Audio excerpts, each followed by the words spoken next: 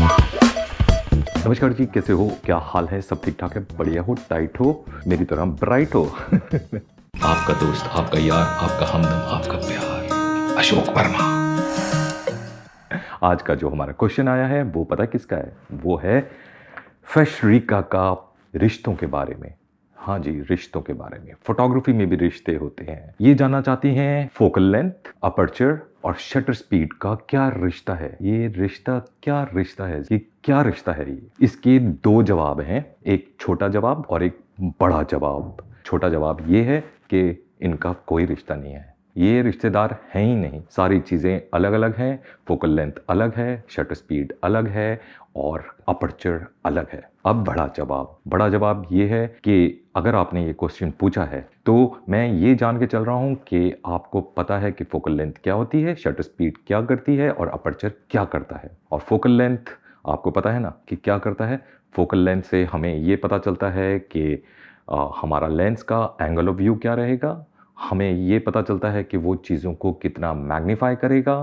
Focal length जितनी ज़्यादा होती जाएगी, हमारा एंगल ऑफ व्यू यानी कि हम जितना देख पाएंगे, जितना एरिया हम अपने लेंस के थ्रू कवर कर पाएंगे, वो कम होता जाता है। यानी कि अगर हम 16 mm के लेंस से शूट कर रहे हैं तो हमें ज़्यादा एंगल ऑफ व्यू मिलेगा, और अगर हम 200 mm के लेंस से शूट करते हैं तो हमारा एंगल ऑफ व्यू कम हो जाएगा। जितनी ज़्यादा फोकल लेंथ होती रहती है उतना हमारा डेप्थ ऑफ फील्ड कम हो जाता है। जितनी कम फोकल लेंथ होती है हमारा डेप्थ ऑफ फील्ड बढ़ जाता है। तो ये तो हुई हमारी फोकल लेंथ के बारे में बात। और शटर स्पीड और अपर्चर, ये दोनों चीज़ें हमारे एक्सपोजर को कंट्रोल करती हैं। आप जानते हो कि एक्सपोजर ट्रायंगल में 3 चीज़ें काम करती हैं, शटर स्पीड, अपर्चर और आईएसओ। तो ये शटर स्पीड और अपर्चर दोनों लाइट्स को कंट्रोल करते हैं। अपर्चर एक ओपनिंग होती है जो जितनी ज़्यादा खुलेगी उतनी ज़्यादा लाइट कैमरे के सेंसर के ऊपर आएगी। शटर स्पीड एक पर्दा है, जितनी देर तक ये पर्दा खुलेगा उतनी ज़्यादा लाइट कैमरा के अंदर आएगी और एक्सपोजर आप ले पाओगे किसी भी चीज़ का at a given point of time. अब इनका रिश्ता क्या है भाई? अगर हम मोटे मोटे तौर पर देखें तो फोकल लेंथ होता है लेंस में और शटर स्पीड और अपर्चर होता है कैमरा में।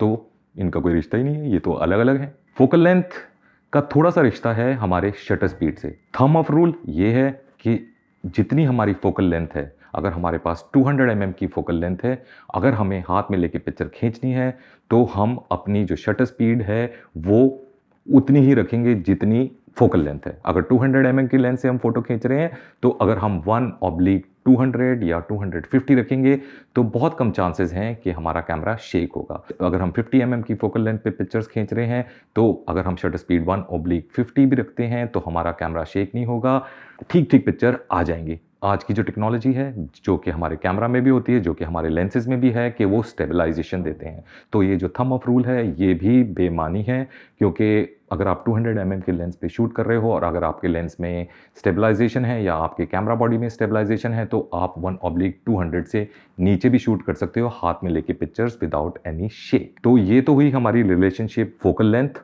और शटर स्पीड की। अब हम बात करते हैं फोकल लेंथ और अपर्चर का क्या रिलेशन है। आप मान के चलो कि आप एक पिक्चर खींच रहे हो 50 mm के लेंस से और वही सीन को आप खींच रहे हो 200 mm के लेंस से, तो दोनों की फोकल लेंथ अलग अलग हुई। एक की 50 mm है, एक की 200 mm है। 50 mm पे सपोज करके चलो कि आपको अपर्चर मिल रहा है 5.6 एक ही सीन को खींचने के लिए, और जब आप उसको खींचते हो 200 mm के लेंस से तो उसका अपर्चर बदल जाएगा। क्यों बदलेगा? क्योंकि 50 mm से आपको जितना एरिया कवर कर रहा है आपका लेंस और 200 mm से जितना एरिया कवर कर रहा है वो अलग अलग होंगे।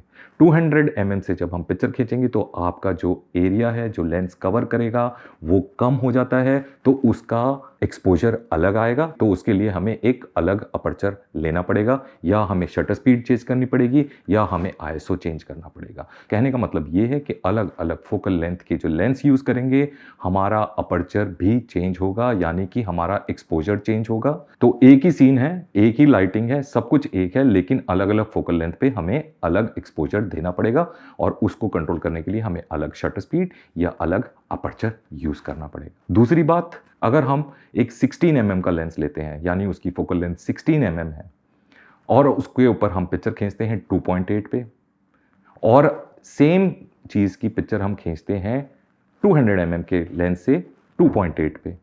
तो जो आपकी डेप्थ ऑफ फील्ड है वो 16 mm के लेंस पे और 200 mm के लेंस पे अलग अलग होगी। जितना कम फोकल लेंथ होगा, यानी जितना वाइड एंगल लेंस होगा, आपका डेप्थ ऑफ फील्ड ज़्यादा मिलेगी, और जितना फोकल लेंथ बढ़ता जाएगा आपकी डेप्थ ऑफ फील्ड कम होती जाएगी। यानी कि सेम अपर्चर पर आप अलग अलग फोकल लेंथ पे खींचोगे तो जो आपकी डेप्थ ऑफ फील्ड है वो चेंज हो जाएगी। समझ रहे हो? ये सारी चीज़ें समझ में आ रही हैं या ऊपर से जा रही हैं?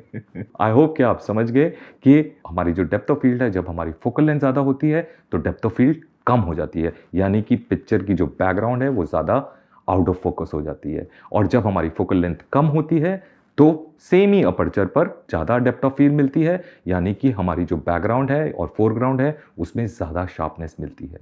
तो ये एक और रिश्ता हुआ हमारा फोकल लेंथ से अपर्चर का।